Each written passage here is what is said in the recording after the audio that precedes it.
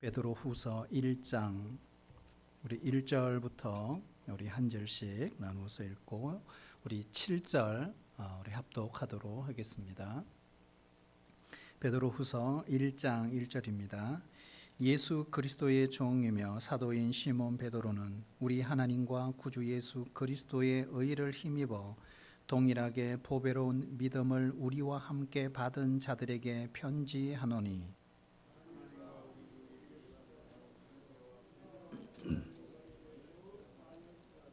그의 신기한 능력으로 생명과 경건에 속한 모든 것을 우리에게 주셨으니 이는 자기의 영광과 덕으로서 우리를 부르신 이를 알므로 말미암음이라.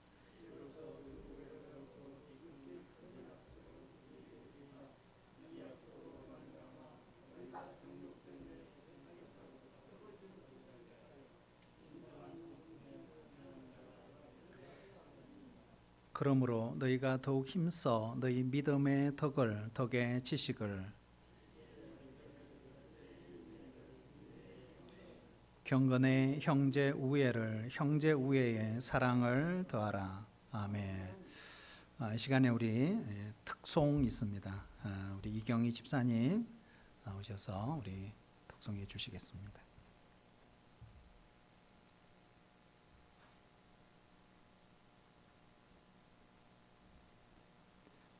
미리 준비를 했어야 되는데 소리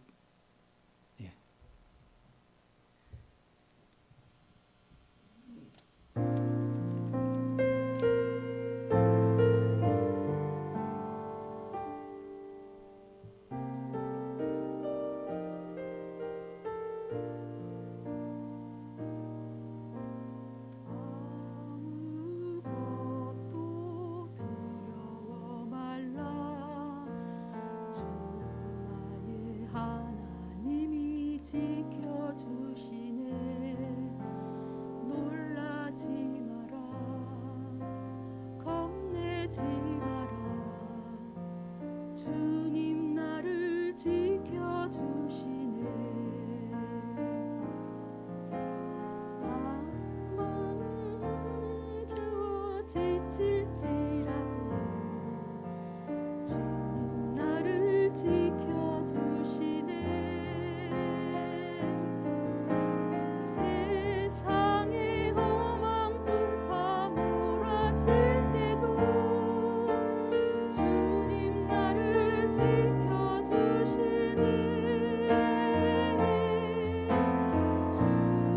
주님은 나의 산성, 주님은 나의 요새, 주님은 나의 소망, 나의 힘이 되신 여호와.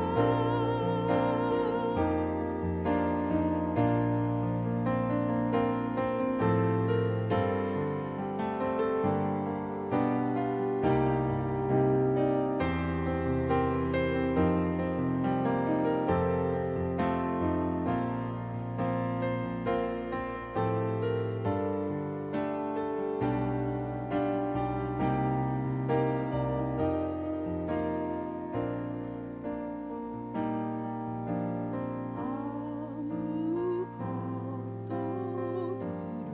두려워 말라. 주 나의 하나님이 지켜주시네. 놀라지 마라, 겁내지 마라. 주님 나를 지켜주시네. 내 맘이 힘이 겨워 지칠지라도 주님 나를 지켜주시네. 세상의 험한 풍파 몰아칠 때도 주님 나를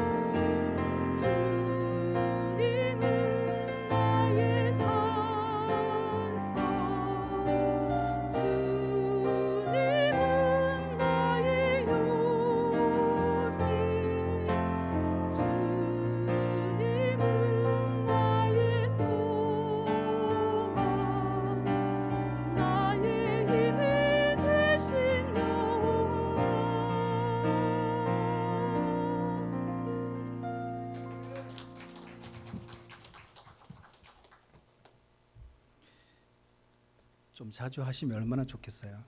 예. 앞으로 종종 하시기 바랍니다. 우리 다음 주 혹시 톡송하실 분 선착순으로 사실 우리가 코로나 이거 터지면서 우리 합창단 못 하고 있거든요. 그래도 최소한 2명이나 1명 정도는 할 수 있을 거라고 생각해요. 그래서 중창, 독창 좋습니다. 다음 주에도 기대하겠습니다. 정말 한번 따라해 주실래요? 우리 하나님이 우리의 힘이십니다. 정말 그렇습니다. 하나님 우리의 힘이시다. 우리가 늘 그 하나님이 지키시고 보호하시고 은혜 주시고 우리의 삶 가운데 늘 임재해 계신다는 걸 우리가 믿고 신앙생활 했으면 좋겠습니다. 우리 교회 옆에 술집 하나가 들어왔습니다. 밤낮 술 취한 사람들이 오고 가는 통에 시끄러워서 교회가 제대로 예배를 드리지를 못했습니다. 교회 몇몇 성도들이 매일 저녁 모여서 기도했습니다. 하나님, 저 술집이 불이 나도 좋으니 망해서 좀 우리가 예배를 제대로 좀 드릴 수 있게 해주세요. 그런데 며칠 뒤에 정말 놀라운 기적이 일어났어요. 기도대로 술집에 불이 났어요. 몽땅 태웠고 술집은 망했습니다. 어디에선가 술집이 망하라고 교인들이 기도했다는 이 이야기를 술집 주인이 듣고 법원에다가 고소를 했습니다. 손해배상을 청구해서요. 우리 집 술집이 이렇게 불이 난 것은 바로 옆 교회가 기도해서 불이 났다고. 그래서 판사님이 담임 목사님을 불러 심리를 했습니다. 당신의 교회 교인이 정말 이 술집에 불이 나라고 기도해서 불이 난 건 맞습니까? 그럴 때 이 담임 목사님이 이렇게 말했어요. 판사님, 생각해 보세요. 불이 나라고 기도한다고 해서 어떻게 술집에 불이 날까요? 세상에 별 무서운 사람들 다 봤어요. 목사님의 말을 들은 이 판사님이 마지막 판결문을 이렇게 기가 막히게 적었습니다. 우리 다 아는 거죠. 술집 주인 믿음 있음, 교회 목사 믿음 없음, 이렇게 판결문을 내렸습니다. 술집 주인은 이렇게 생각을 한 거죠. 교인들이 기도해서 불이 났다고 생각했고 온전한 믿음은 아니지만 나름대로 자신의 믿음이 있었던 것입니다. 그러나 정작 목사님은 불이 나라고 기도한다고 정말 불이 나겠느냐 의심했던 거예요. 믿음이 없었다. 우리가 요즘 세상을 보면 사실 이 불신자들이 우리 신자들보다 더 믿음이 있는 것처럼 느낄 때가 있습니다. 여러분, 정말 믿음은 귀한 것입니다. 우리가 2000년 전 사도 베드로는 우리가 갖고 있는 이 믿음을 오늘 성경에서 이렇게 표현하고 있어요. 1절에 보면 보배로운 믿음이다. 이렇게 보배로운 믿음이다. 여러분, 보배로운 믿음이 뭘까요? 값지고 그리고 비싸고 귀하다 이런 뜻입니다. 왜 베드로는 우리의 믿음을 보배롭다고 말을 했을까요? 1절 말씀에 보면 예수 그리스도의 의를 힘입어 동일하게 보배로운 믿음을 우리와 함께 받은 자들에게 편지하노니 그랬어요. 왜 보배롭다고 했을까요? 거기에 이렇게 이야기하고 있어요. 예수 그리스도의 의를 힘입어. 결국 예수 그리스도의 의, 그 십자가의 의, 저와 여러분을 위해서 하나밖에 없는 독생자를 죽음에 이르게 하고 다시 살아나신 그 의 때문에 바로 우리의 믿음이 보배롭다는 것입니다. 보배로운 예수님의 그 보혈의 피를 흘려 우리를 위해서 죽으심으로 우리가 얻게 된 것이 바로 믿음입니다. 그래서 믿음은 내려주세요. 소중하고 보배롭고 존귀한 것입니다. 우리가 찬송가에 보면 이런 찬송이 있잖아요. 금보다 귀한 믿음은 참 보배되도다. 이 진리 믿는 사람들 다 복을 받겠네. 결국 여러분 가치죠, 가치. 우리가 믿음에 어느 정도의 가치를 부여하느냐. 믿음의 가치를 부여하는 것. 우리가 10만 원을 주고 산 물건은 10만 원의 가치가 있습니다. 10억을 준 건물은 10억의 가치가 있습니다. 하물며 우리의 믿음은 뭘까요? 바로 예수님의 생명과 맞바꾼 것입니다. 그러므로 우리의 믿음은 값으로 계산할 수 없는 가치 있고 보배롭고 존귀하고 소중한 것입니다. 그러므로 여러분, 우리가 갖고 있는 믿음을 소중히 여기시기를 축복합니다. 그리고 이 믿음을 위해 우리는 기꺼이 헌신할 수 있어야 합니다. 프랑스는 가톨릭 국가입니다. 그래서 개신교나 개신교 신학교를 위해서는 단 한 푼도 쓰지 않습니다. 유명한 교수님, 세계적인 석학 한 분이 계세요. 듀마라고 하는 교수님이고 신학자입니다. 이분은 역사 신학자입니다. 그리고 성서 언어학을 연구한 학자임에도 불구하고 너무너무 가난하게 살아요. 그런데 그 교수님이 누군가 학생이 그 학교를 방문해서 이런 질문을 했어요. 왜 교수님은 결혼하지 않으시고 혼자 이렇게 가난하게 사십니까? 그래서 이 교수님 웃으면서 이렇게 말했어요. 결혼하면 아내와 자녀들을 먹여 살려야 하는데 저에게는 그런 능력이 없습니다. 결국 교수님은 가난한 신학교의 살림을 관리하기 위해 결혼까지 포기하셨다는 것입니다. 그토록 신실하고 그토록 유명한 신학자임에도 불구하고 돈이 없어서 결혼을 포기했다는 이 사실. 여러분, 이런 이야기를 들으면 저는 목회자로 참 머리가 숙여지고 존중과 존경, 경외의 마음이 듭니다. 우리의 믿음은 어떤 사람에게는 결혼을 포기할 만큼 가치가 있는 것입니다. 왜 그럴까? 우리의 믿음에는 바로 예수 그리스도의 보배로운 피가 담겨 있기 때문에 그렇습니다. 예수님이 우리에게 주신 이 믿음이 얼마나 소중하고 얼마나 보배롭고 귀한 것인지, 그 믿음의 가치에 대해서 우리는 분명하고 확실하고 똑똑하고 우리가 신앙 고백을 분명히 할 수 있기를 주의 이름으로 축복합니다. 그래서 귀한 것입니다. 오늘 사도 베드로는 두 번째, 왜 우리의 믿음이 보배롭다고 말을 했을까요? 3절 보면 이렇게 말하죠. 그의 신기한 능력으로 생명과 경건에 속한 모든 것을 우리에게 주셨으니 그랬어요. 믿음이 왜 보배로울까요? 하나님이 신기한 능력을 우리에게 뭘 주셨다고요? 생명과 경건에 속한 모든 것을 주셨다. 이렇게 말해요.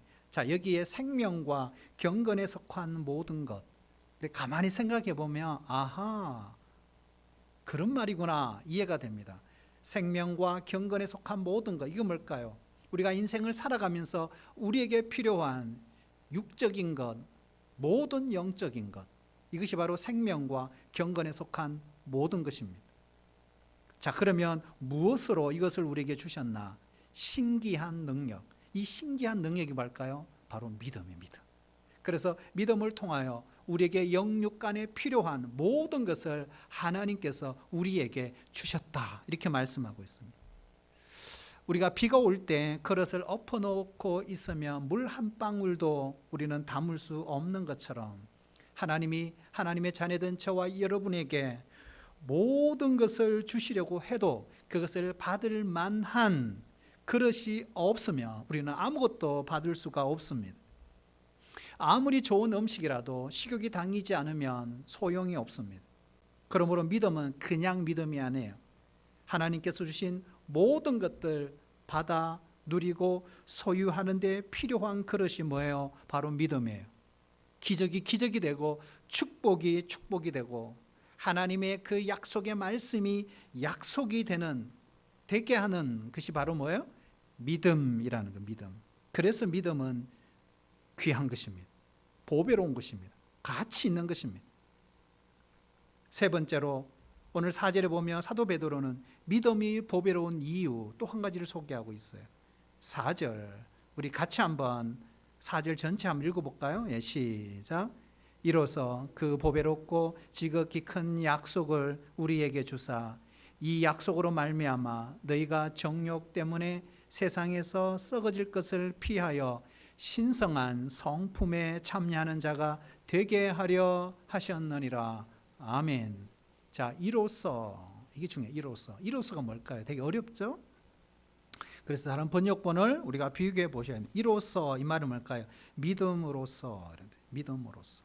때로는 믿음을 가지고, 때로는 믿음으로 어디에 참여한다고요? 신성한 성품에 참여할 수 있다 이 말입니다. 그렇다면 우리가 어떻게 거룩하게 살아갈 수 있을까요? 그것은 오직 믿음으로만 가능하다 하는 것입니다. 그래서 믿음은 귀한 것입니다. 우리는 어차피 한 번 죽는 인생입니다. 우리의 삶은 우리가 생각하는 만큼 그렇게 많이 남아있지 않아요. 저 인생을 성경에 맞게 한번 계산을 해봤어요. 우리의 인생이 70이요. 모세가 그런 이야기죠. 우리 인생이 70이요. 강건해도 80이라 그랬어요. 자, 그러면 80에 제가 하나님께 부름받는다 생각하니까 저 인생의 남은 세월이 25년밖에 안 남아요. 네, 크리스마스 25번 지나면 이 땅에 존재하지 않는 인간이에요. 우리가 생각만큼 많이 남아있지 않아요. 그러므로 어떻게 살다가 어떻게 죽을 것인가, 세상 앞에서, 하나님 앞에서, 사랑하는 우리 자녀들 앞에서 부끄럽지 않게 믿음을 따라 살다가 죽고 그 믿음으로 영생을 얻는 아름다운 모습으로 우리가 살아내야 되지 않겠습니까? 사랑하신 여러분, 믿음은 선물이라 그랬어요. 선물. 오늘 말씀에도 보면 그렇게 선물이라 그러잖아요. 보배로운 믿음을 우리와 함께 받은 자들. 그러니까 보배로운 믿음은 받았다, 선물이다. 에베소서 2장 8절에도 보면 구원은, 믿음은 선물이다, 하나님의 선물이다 이렇게 이야기해요. 우리가 평생을 잊지 말아야 합니다. 그러나 더 중요한 것이 있어요. 믿음은 끝이 아니라, 따를까요? 믿음은 끝이 아닙니다. 시작입니다. 어떤 사람들은 믿음이 끝이라고 생각합니다. 이게 무슨 말일까요? 믿음으로 구원받았으니 내가 어떻게 살든지 어떤 짓을 하든지 나는 천당 간다, 이런 이야기. 이게 바로 구원파의 사람들의 사상입니다. 하지만 성경은 정반대로 이야기합니다. 로마서 5장 1절에 보면 그러므로 우리가 믿음으로 의롭다 하심을 받았으니, 그 다음 어떻게 해요? 우리 주 예수 그리스도로 말미암아 뭘 하자? 하나님과 화평을 누리자. 이게 중요하죠. 자, 의롭다 하심을 받았으니 이제 끝이다. 성경 그렇게 말하지 않습니다. 믿음으로 의롭다 하심을 받았으니 이제는 어떻게 해요? 하나님과 화평을 누리는 삶을 살아라 명령하고 있는 것입니다. 화평을 누리는 삶을, 어떤 삶인지 우리는 배워야 합니다. 그것을 실천하기 위해서 우리는 노력해야 되는데 이것이 바로 하나님을 닮는 삶입니다. 그리고 더 나아가서 우리는 이웃과도 화평의 삶을 살아가야 합니다. 우리가 구원받아서 죽어 천국 가는 것이 구원의 목적이 유일한 것이 결코 아닙니다. 우리는 이 땅에서도 화평을 누리는 성숙한 하나님의 사람으로 살아가기 위해서입니다. 그래서 믿음은 끝이 아니에요. 믿음은 출발점이에요. 믿음은 종착역이 아닙니다. 믿음은 시작점입니다. 그동안 우리 한국교회 신학자들, 목사님들, 우리 성도들도 마찬가지입니다. 죽어서 천당에 가는 것만 정말 강조를 많이 했어요. 그러나 죽기 전 세상에서 내가 어떻게 잘 살아야 하는지에 대해서는 제대로 배우지를 못했습니다. 예수님을 믿는다고 하면서도 믿지 않는 사람들보다 더 못한 경우가 많을까요? 적을까요? 너무 많아요. 너무 많아요. 욕도 쉽게 하고 거짓말도 잘하고 사기도 치고 자기 이익만 생각하고 남을 희생시키고 모함하고, 그러니 우리 신자들이 별의별 짓을 다 한 거예요. 우리가 복음이 들어온 지 200년도 안 됐는데 우리 한국교회가 큰 위기에 봉착했습니다. 심지어 침몰하고 있다고 말하는 목사님들도 엄청 많아요. 믿는다고 하지만 실상은 믿지 않는 거예요. 하나님의 살아계심도 안 믿고 하나님의 심판도 안 믿고, 그러다 보니 하나님을 두려워하지 않은 채 자신의 욕망과 자신의 본능과 자신의 이기적인 것을 채우기 위해 하나님을 이용하는 것밖에 안 된다는 것입니다. 천국은, 영생은, 구원은, 영원한 삶은 이미 따놓은 당상이라고 확신하고, 그렇지 하지만 실상은 모든 것을 잃어버린 너무나 불쌍한 삶을 살고 있다는 것입니다. 그러므로 이제는 우리가 이 땅에서 화평의 삶을 누리는 걸 배워야 합니다. 그러므로 오늘 시몬 베드로가 강조하는 게 뭘까요? 이 보배로운 믿음 위에 신자가 쌓아야 할 것이 있다. 우리가 더욱 힘써야 할 일이 있다. 그게 뭘까요? 한번 따라해 주실래요? 믿음 위에 덕을 쌓아야 합니다. 여러분, 덕이 없는 믿음만 강조하면요, 덕이 없는 믿음, 이거 아주 위험한 거예요. 그래서 아주 아무도 말리지 못하는 고집쟁이가 될 수 있어요. 그래서 자신의 주장만 내세워요. 그러다 보니 어떤 일이 생기느냐, 자신의 믿음을 지키기 위해서 때로는 교회를 세우기보다는 교회를 위기에 처하게 할 수 있다. 여러분, 덕이 없는 믿음은 혹자는 이렇게 말해요. 칼집 없는 칼과 같다. 여러분, 칼집 없는 칼은 아주 위험해요. 다른 사람에게 상처도 주고요, 또 자기도 다칠 수 있고, 때로는 가정을 깨고 공동체를 허물 수도 있어요. 믿음은 하나님이 주신 보배로운 선물입니다. 우리의 모든 영적인 육적인 필요를 공급하는 그릇이지만 반드시 믿음은 덕으로 쌓아야 합니다. 덕으로 싸지 않는 믿음은 위험해요. 무기가 될 수 있어요. 그래서 성경은 우리의 믿음이 온전해지도록 덕을 세우라 이렇게 말하는 거예요. 로마서 15장 2절을 보면 우리 각 사람이 덕을 세우도록 할지니라. 고린도전서 8장 1절은요, 사랑은 덕을 세우나니. 고린도전서 14장 26절에는 모든 것을 덕을 세우기 위하여 하라. 좋다고 다 하는 게 아니라는 거예요. 할 수 있다고 다 하는 게 아니라는 거예요. 그래서 이 시대의 문제는요, 믿음 없는 것이 아니에요. 정말 문제는 덕이 없는 거예요. 여러분, 최소한 믿음이 있는 것만큼 덕이 필요해요. 그런데 어떨 때 보면요, 차라리 저 사람에게 믿음이 없었으면 좋겠어, 차라리 덕스러웠으면 좋겠어, 이럴 때가 있어요. 믿음은 있는데 덕이 없는 거예요. 그렇죠? 그래서 참 안타까운 거예요. 우리가 예배드리고 전도를 하고 구제를 하고 봉사를 하고 성경 공부를 해도 모두 덕으로 해야 합니다. 우리가 하는 모든 사역도 섬김도 행정도 다 덕으로 해야 합니다. 여러분, 용기 있는 사람보다 똑똑한 사람보다 지혜로운 사람보다도 덕이 있는 사람이 훨씬 나아요. 믿음이 차라리 없을지라도. 여러분, 이 덕이라는 것은요, 거창하지 않아요. 간단해요. 어려운 것도 아니에요. 찾아보면 나와 있냐, 덕은요, 착한 행실을 말하는 거예요. 착한 행실. 행실이 착하다. 그런데 이 덕이 있는 사람들은요, 행실이 착하기 때문에 제일 먼저 나타나는 게 뭐냐, 말이에요, 말. 그러니까 덕이 있는 사람은 말이 부드러워요. 날카롭지를 않아요. 상대를 찌르지를 않아요.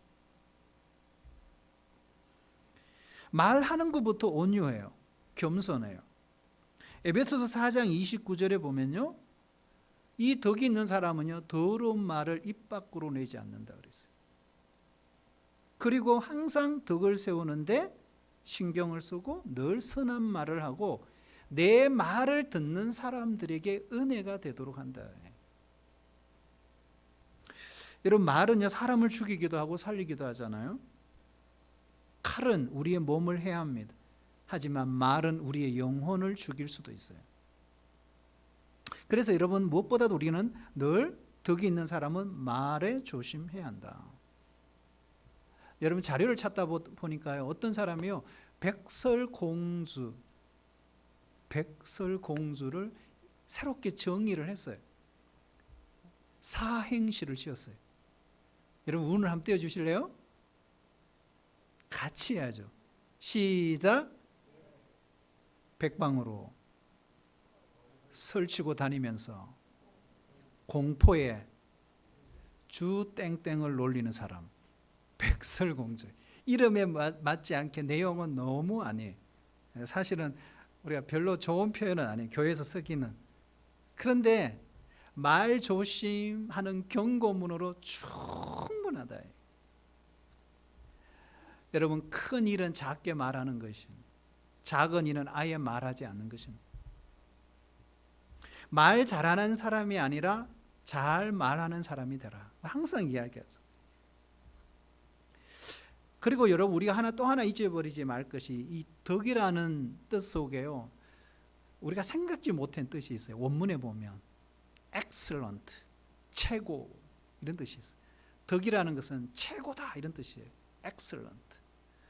우리가 지금 올림픽 중에 있는데요, 올림픽에서 보면 선수들이 금메달을 받을 때 엄지척 하면서 당신이 최고라고 이렇게 하잖아요. 지난주에 주간에 보면 마이너스 100kg 이하의 유도 금메달 결정전에서 아깝게 탈락한 조구함 선수가 있어요. 이름만 들어도 약간 범상치요? 구함, 조구함, 독실한 크리스찬입니다. 그리고 이 운동선수들 가운데서 가장 기도 많이 하는 선수. 근데 이 조구함 선수가 상대가 누구였어요? 금메달 따는 선수가 일본 선수였어요. 근데 손을 팍 깃을 잡고 막 해주면서 당신이 최고라고 올려주잖아요. 여러분, 스포츠 정신이 그거잖아요. 이기고 지는 것이 문제가 아니잖아요. 그렇죠? 참 감동이 있고 우리 마음을 얼마나 따뜻하게 뭉클하게 하잖아요. 그러면서 일본과 우리의 관계가 빨리 저렇게 회복이 되었으면 좋겠다, 그런 생각을 했어요. 진정한 승리자 누구예요? 메달은 일본 선수가 땄지만 진정한 승리자는 조구함 선수입니다. 덕이 있는 사람이죠. 여러분, 사도 베드로는 우리에게 신자가 착한 행실에 있어서 최고가 되라. 여러분, 대충 믿으면 안 돼요. 그냥 내가 교회에 다니는 거 흉내 내면 안 돼요. 여러분, 섬기려고 하면 최고로 섬겨야 합니다. 우리가 예배를 드려도요, 최고로 하나님께 드려야 돼요. 우리가 뭔가를 봉사하고 섬기려고 하고 헌신하려면 최고로, 그냥 형식이 아닌.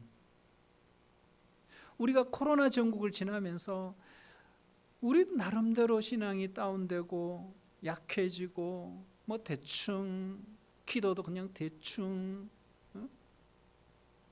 성경 읽는 거 대충, 그냥 큐티도 그냥 하면 그만이고, 뭐 못하면 뭐 어쩔 수 없고.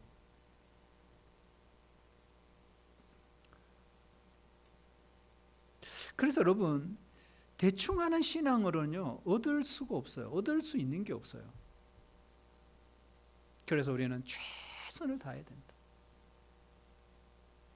하나님의 은혜를 헛되이 받지 말라. 은혜를 받았으면 열심히 땀을 흘리고 노력해서 구원을 이루어 가도록 하라.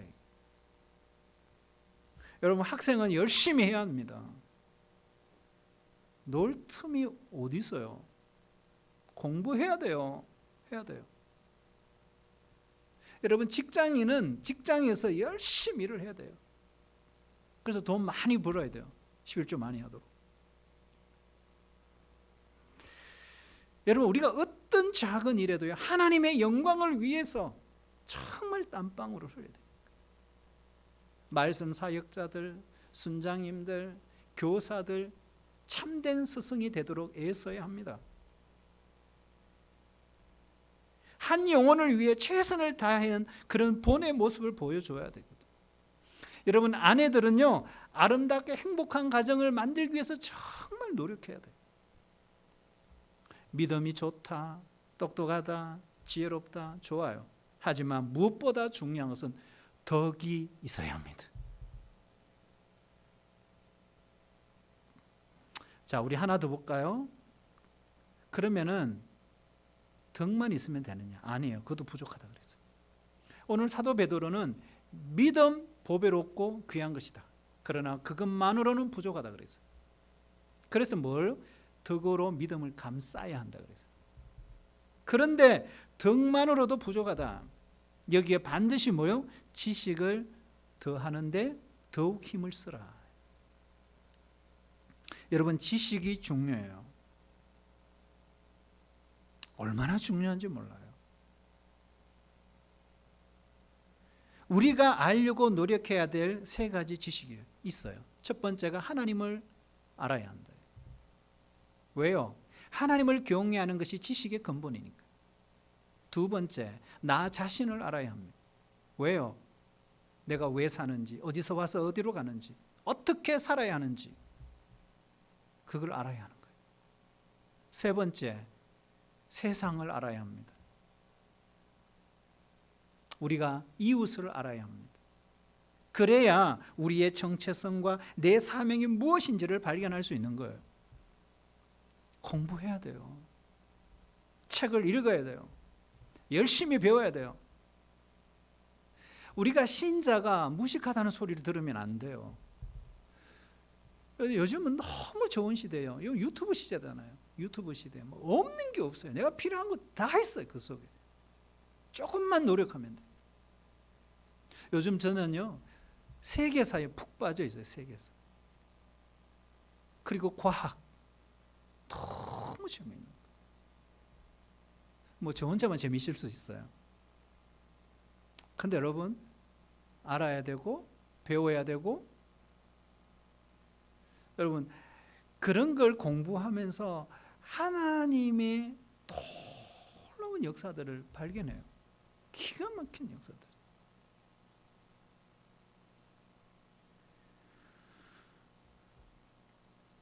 믿음과 덕은 반드시 지식을 통해 점검받아야 합니다. 여러분, 세상에서 가장 위험한 사람이 어떤 사람이에요? 잘못된 지식을 갖고 확신을 갖는 거예요. 그게 가장 위험한 거죠. 옳고 그러든 무조건 아무나 믿고, 또 어떤 사람은 자신이 믿는 것만 믿고 그게 다인 줄 알고 한쪽만 보는 거예요. 위험한 거죠. 여러분, 히틀러에 대해서 아마 우리 이야기를 많이 들었습니다. 어떤 사람인지. 2차 세계대전 때 히틀러는 잘못된 신념에 사로잡혀 있었습니다. 독일 사람들은 하나님이 택한 백성이라고 그는 믿었어요. 심지어 자신은 제2의 모세다, 이렇게 생각을 했어요. 주장을 한 거죠. 그리고 유대인이 예수님을 죽였기 때문에 유대인을 죽이는 것은 죄가 아니라고 믿고 있었던 사람이 히틀러입니다. 혼자 그렇게 믿고 혼자 그렇게 끝났으면 괜찮을 일이에요. 하지만 그의 탁월한 리더십으로 수많은 독일인들의 가슴에 불을 질렀어요. 결국 어떤 일이 벌어졌죠? 엄청난 그 착각이 600만이나 되는 죄 없는 유대인들을 비참하게 죽게 한 거예요. 전쟁으로 인류를 고통 속에 몰아넣었어요. 지금으로부터 한 100년 전만 거슬러 올라가 보면 공산주의라고 하는 이념이 있었어요. 근데 여러분, 이 공산주의는 그 내용이나 사상은 너무 좋아요. 모든 사람들이 공평하게 살 수 있도록 분배한다. 경제의 분배. 똑같이 잘 사는 사람, 못 사는 사람 없이 평등하게. 근데 그게 가능하냐는 거예요. 그 이념을 철석같이 믿었던 수많은 사람들이 있었어요. 심지어는요, 이 사상으로 인류의 절반에 이르는 사람들이 공산주의를 추종했어요. 너무나 큰 고통을 당했죠. 그런데 공산주의라고 하는 사상, 이념은 이미 다 쓰레기통에 던져진 이념이에요. 그런데도 불구하고 여전히 그 망령에 사로잡혀서 아직까지 이 땅에 여전히 신음하는 사람들이 있다는 거예요. 여러분, 왜 이단이 득세할까요? 신자들이 지성을 무시하기 때문에 그래요. 그냥 믿는 거예요. 배우지 않는 신자처럼 위험한 사람은 없어요. 그래서 사도 바울은 진리와 함께 기뻐하고 그렇게 말해요. 진리와 함께 기뻐하라. 여러분, 우리가 코로나19를 지나면서 우리는 성경을 연구해야 합니다. 부지런히 공부해야 돼요. 머리로 배우고 삶으로 배우고 몸으로 익혀야 합니다. 현장으로 들어가서 그 시대에 그런 일이 일어났는지 우리가 직접 시뮬레이션도 해보고 유사 체험을 해봐야 하는 것입니다. 여러분, 성경을 펴시기를 축복합니다. 시작하세요. 시작하셔야 돼요. 그러면 다 끝났나? 아니에요. 오늘 지식에 절제를 더하는데 더욱 힘을 쓰라. 여러분, 어떤 것도 지나치면 문제입니다. 아무리 지식이 좋다고, 아무리 권력이 좋다고, 아무리 돈이 좋지만 지나치면 문제가 생겨요. 여러분, 우리 밥을 먹어야 돼요. 밥을 먹어야 건강합니다. 하지만 너무 많이 먹으면 탈이 나죠. 아무리 좋은 보약이라도요, 너무 많이 먹고 잘못 먹으면 독이 될 수 있다. 그러므로 우리 생활의 모든 면에서 지나치지 않도록 하기 위해서 우리에겐 절제가 필요합니다. 지나치지 않기 위해서 우리가 알아야 될 것, 바로 자신의 한계, 지켜야 할 선이 있어요. 자신의 한계를 모르기 때문에 지나치는 거예요. 실수하는 거예요. 어려움을 겪는 겁니다. 여러분, 우리가 아무리 많이 알고 아무리 많이 연구하고 아무리 책을 뒤지고 아무리 멋진 과학을 통해서 새로운 세계, 미시세계를 발견해도 인간에게는 지식의 한계가 있다. 여러분, 힘의 한계가 있잖아요. 우리가 나이가 들수록 안 돼요. 받아들일 줄 알아야 합니다. 우리는 결코 인생의 주인이 아닙니다. 우리는 창조주가 아니에요. 우리는 피조물에 불과합니다. 우리는 위임받은 인생을 살 뿐이에요. 그래서 늘 분수를 알아야 합니다. 그래서 우리는 절제할 줄 알아야 되는 거죠. 여러분, 생각이 참 중요합니다. 마음속에 생각나는 모든 것이 다 성령의 음성이냐? 그렇지가 않아요. 그리고 마음속에 생각나는 모든 것들을 그대로 놓아두면 또 안 돼요. 사탄이요, 가룟 유다의 마음속에 예수를 팔려는 생각을 넣었다. 그런데 가룟 유다는 자신의 생각인 줄 알았어요. 받아들여 버린 거죠. 우리 마음속에 일어나는 모든 것들이 우리의 마음이 아니에요. 그래서 우리의 늘 마음을 지켜야 한다. 왜요? 생명의 근원이 거기서 나기 때문이다. 가정도 지켜야 되고, 돈도 지켜야 되고, 건강도 지켜야 되고. 왜요? 소중하니까. 하지만 이 모든 것보다 더 중요한 것은 마음이에요. 마음. 우리가 심판의 날이 되면요, 하나님께서 우리가 한 말에 대해서 신문할 것이다 그랬어요. 마태복음 12장 36절 37절에 봅니다. 그래서 말의 절제도 필요한 거예요. 여러분, 하나님이 주신 모든 것에는 절제가 필요합니다.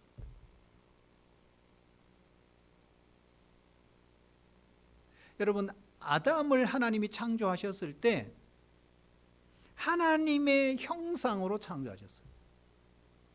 그리고 하나님의 그 영적인 모든 DNA, 창조의 DNA가 아담 속에 다 있어요.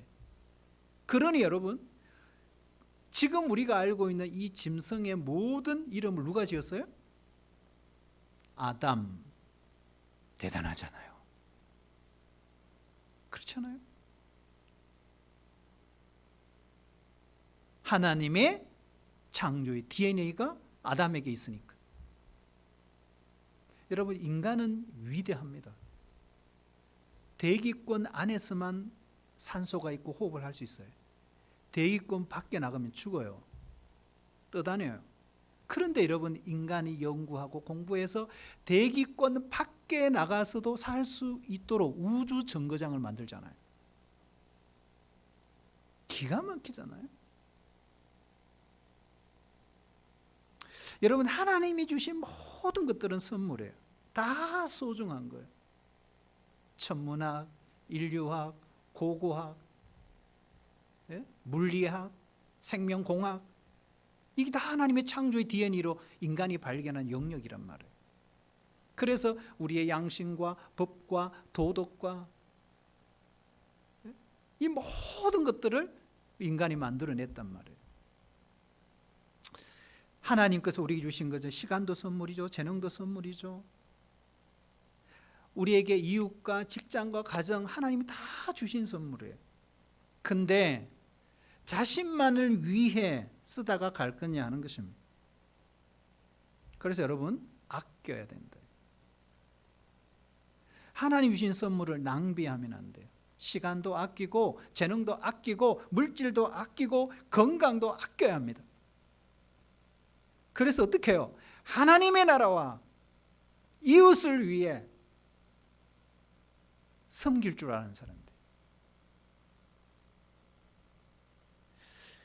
인생을 아무렇게나 살려고 하는 사람들은요, 노력할 필요가 없어요. 그냥 살면 돼요.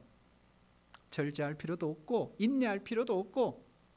하지만 목표가 있는 사람은요, 줄일 거는 줄여야 돼. 버릴 거는 버려야 합니다. 세상에 물건을 쓰는 자들은 다 쓰지 못하는 자처럼 하라. 이 세상의 외형은 다 지나감이니라. 이 또한 지나가리라. 여러분, 세상의 모든 것은 다 지나가요. 재물도, 건강도, 미모도, 성공도, 명성도 다 지나갑니다. 성공했다고 자만하면 안 되고요. 빠지면 안 되죠. 실패했다고 좌절하면 안 돼요. 넘어지면 안 돼요. 낙심하면 안 돼요. 하나님께서 우리에게 주어진 그 시간 속에 무조건 감사하며 사는 것입니다. 그리고 모든 일에 절제하는 거예요. 그리고 선한 일을 위해 힘쓰는 거예요. 하나님이 기뻐하세요. 하나님이 원하세요. 여러분, 그런 삶을 살면 얼마나 아름다울까요? 그런데 여러분, 육을 가진 우리 인간은요, 우리의 노력만으로는 안 됩니다. 아무리 결단하고 아무리 결심하고 아무리 적용해도 하루도 못 가요. 그래서 반드시 성령님이 도우셔야 합니다. 도우셔야. 여러분, 이번 한 주간 이 보배로운 믿음 소중하게 간직하시고 값싼 은혜로 전락시키면 안 돼요. 그리고 그 믿음 위에 우리가 덕을 쌓고 덕으로 믿음을 쌓아야 합니다. 그리고 지식을 다하고 절제를 통해 하나님이 기뻐하시는 그런 아름다운 성도들로 거듭나시기를 주의 이름으로 축복합니다. 하나님 아버지, 감사합니다. 우리에게 복음 주시고 심판이다, 멸망이다, 죽음이다, 아니다, 생명이다, 구원이다, 영생이다. 우리에게 이 복음을 주신 주님, 이 보배로운 믿음을 통하여 하나님을 섬길 수 있도록 은혜 주심을 감사합니다. 우리가 이 믿음은 종착역이 아니라 출발점이요 시작이라겠사오니 이 믿음 위에 덕을 쌓게 해 주시옵소서. 우리가 덕스럽지 못하여 실수한 적이 많습니다. 우리의 믿음을 덕으로 쌓게 하시고 덕 위에 지식을 쌓고 지식을 위에 절제를 더하여 하나님이 기뻐하시고 하나님이 얼굴에 미소 짓게 하는 그런 아름다운 믿음의 성도들이 되게 하여 주옵시옵소서. 예수님의 이름으로 기도하옵나이다. 아멘.